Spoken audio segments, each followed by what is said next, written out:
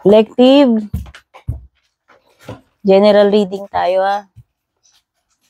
Pasensya na at ngayon lang ako lang nakapag-read. Yung mga active dito sa page ko, alam nyo kung bakit yan. Nag-update po ako sa post ko. So yan, malalaman ko kung sino talaga yung mga updated sa akin. Alam niyo yung reason ba't ngayon lang ako magre-read at kung bakit wala akong boses. No? So, general reading only kung saan pong part ng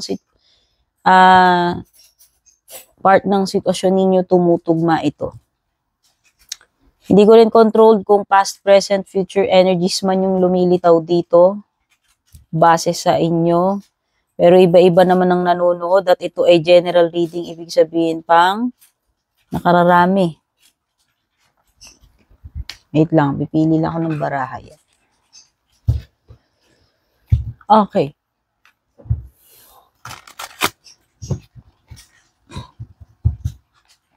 Hinay-hinay lang muna tayo kasi hindi ko pa kaya mag full load dahil hindi pa ako magaling.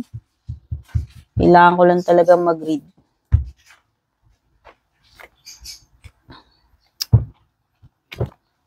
Check muna natin yung overall energy ninyo.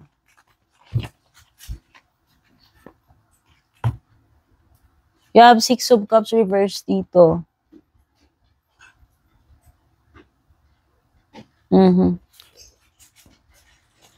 This is living in the past. Meron ditong hindi makaget over sa past. Ano man na nangyari sa past? Okay? Positive or negative man yan. Romantic or not. No? Merong stuck in the past. Or merong something in the past na hindi matakas-takasan. Parang ganun. Okay? This could be your energy or energy ni person mo kung love life. Vice versa. Ano? Pwedeng magkabaliktaran. Okay? So, kung love life yan, ibig sabihin, meron pa rin ditong person, either ikaw o yung person na kadil mo, na hanggang ngayon, yung kalahati ng paa niya ay nasa past, yung kalahati ng paa niya dito sa present. Oh, bahala ka na dyan, ikaw nakakaalam yan. Kung ikaw ba yan, yung pinapatamaan ng baraha o yung person mo. Kung tinamaan ka, di ikaw dear. Kung hindi naman, edi wala lang. Move on. Okay, and gaya nga ng sinabi ko, pwede rin namang hindi siya sa love life. Okay, it could be na meron iba sa inyo. Maaaring yung iba sa inyo. Merong mga memories sa past or na hindi ninyo, na kahit gustong-gusto ninyo nang kumawala doon, makalimutan yun, parang hindi pa rin, alam mo yun, hindi pa rin kayo nakakaalpas doon. Okay, sabi ko nga, living in the past. Kalahati ng paa nasa past, kalahati ng paa nandito sa present. Okay? Pwedeng mga ano yan past traumas, etc.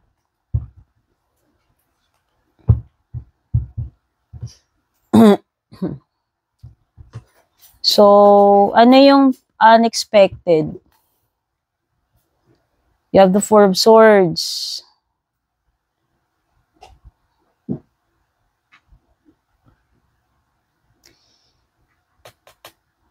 This is taking a break Siguro iba sa inyo, mapepersa kayong, kahit na ayaw ninyo mag-take a break, mapepersa kayo. And one reason na nafe-feel ko rito is about pagiging na overwork. Oo, parang ako, nagkasakit. Parang ganun. O kahit sabihin naman natin hindi kayo nagkasakit, kagaya ko. Pwedeng lang, na-burnout ka na Or meron reason bakit mapipilitan ka, like pwedeng merong importanteng kailangan asikasuhin, sa family man yan or kung ano man. Pwedeng may emergency, whatever. Na maaaring yun yung magiging reason bakit Kailangan mo munang hindi pumasok kasi kasuhin mo muna yung bagay na yun or pwedeng may problema kayo, ipa-prioritize ninyo yun eh. To the point na talagang kailangan mong hindi pumasok. Or to the point na talagang kailangan mo mamahinga ka muna sa bahay, ano ka muna dyan, pumirmi ka muna dyan, mag-leave. Pag-isipan mo muna yan, ganyan. Okay. Ang sense ko dito is kailangan magngilin. Magngilin. Pause, slow down muna. Especially kung affected na yung health. Yung isip. Kailangan kasi munang ibigyan mo muna ng time makaluwag. Pahinga muna yung isip mo, katawan mo. Dito sa situation na to. Pwede rin naman to about relationship din. Kaya na sabi ko, this is general reading. Baka talagang, alam mo yun,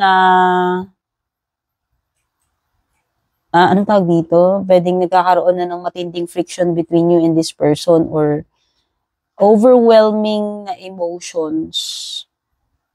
No, kumbaga parang nag-heat up na masyado yung situation or masyado na ring toxic siguro. Kailangan muna ng space, time apart from each other. If this is something that is related sa kajowaan, love life mo. Okay? So, ano naman yung good stuff? If ever.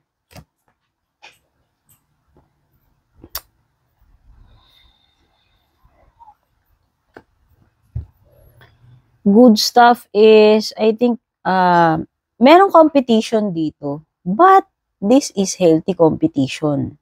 Si Five of Wands. Or, kung hindi yun yung case, ibig sabihin yan, kahit na anong toxicity dyan, kahit na anong mga, tawag dito, nagpo-provoke sa'yo, hindi ka papatol.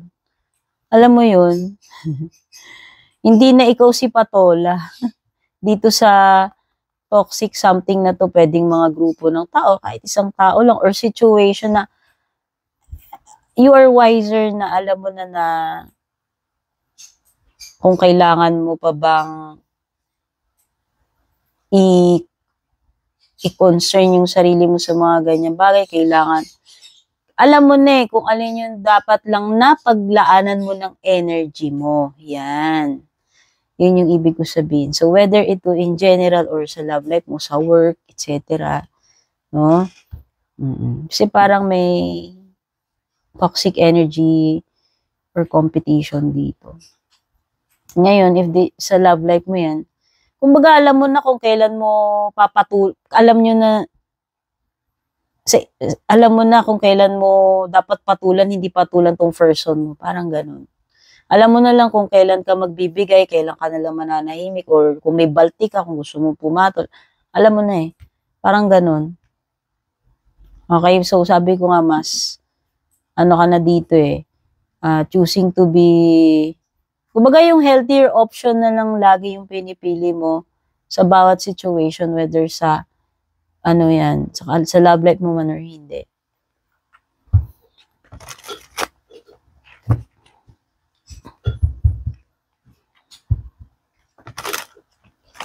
Financial, career. Talo ka dito, dear, ha? So, ka munang banat ng banat or ewan ko, meron something dito na pwedeng ikaw yung matalo eh. Pwedeng wrong move. Yung mga bad consequences. Masyado kang naging, patol. Yung nakikita ko eh. Patol talaga yung, yung energy dito kanina pa. And dito parang ganun din. Kumbaga, iwasan mo na yung maging patola. Pero nakita ko nga dito, di ba, parang mas wise ka na nga na hindi pumatol. Pero pagdating kasi dito sa pera man ito or sa trabaho, merong something na ganun. Na pwedeng ikaw yung argabyado rito, Pwedeng ikaw yung nahaharas, pwedeng ikaw yung nabubuli, iniiwasan mo na pero hindi ka pa rin tinitigilan. Parang ganun yung dating eh. Love life man yung career, etc. Ha? So, ibig sabihin yan, kapag ka mga invest sa pera, paglabas ng pera, iwasan mo muna yung mga ganun na pwede ka kasing ikaw yung maargabyado eh. Or hindi mag-succeed yun eh. Alam mo yung malugi ka, talo ka, ganun. Sabi nga dyan, di ba, wrong move, mga bad consequences. So, sa love life,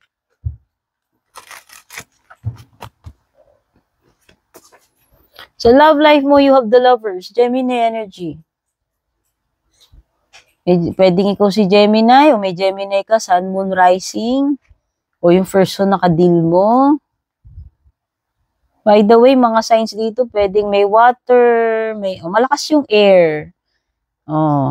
Pwedeng si Gemini yung dominant dun sa mga air, o pwede rin namang may Aquarius, Libra din naman. So, may water, may fire, may air, dominant is Gemini. So, sa Gemini, parang nagdadalawang isip yata dito. Merong nagdadalawang isip sa inyo. Merong importanteng decision to make. Merong kailangan mamili. Merong iba dito na this is true love. This is a serious commitment. This could also indicate pagsasama, pagpasok sa engagement or marriage. Pero ang good news dito is, pinipili ninyong isa't isa o pinipili mo siya or pinipili ka niya. Genuine. This is sacred love. No? Seryoso. Sabihin na natin, seryosong commitment, relasyon. Or baka mag-asawa na iba sa inyo do, pero iba, pwede rin namang lovers pa lang, alam mo yun, or pwedeng umuusbong pa lang, pero alam mo yun, pwedeng dun din papunta eh, sa mas malalim, mas seryoso, sa engagement or sa kasalan. Kasi pipiliin nyo nga yung isa't isa rito eh. Okay? So, maganda. Ano naman ang pinaka-closing message for you? General na nanonood. You have the 7 of Pentacles. O, may pumasok na earth signs. Kanina, o, lahat na ng elements nandito by the way. So, kahit anong sign niya, mapaano yan. Pero ang dominant lang na nakita ko dito specific is Gemini. Pero, could be earth, could be other air signs, fire, water. 7 of Pentacles reversed.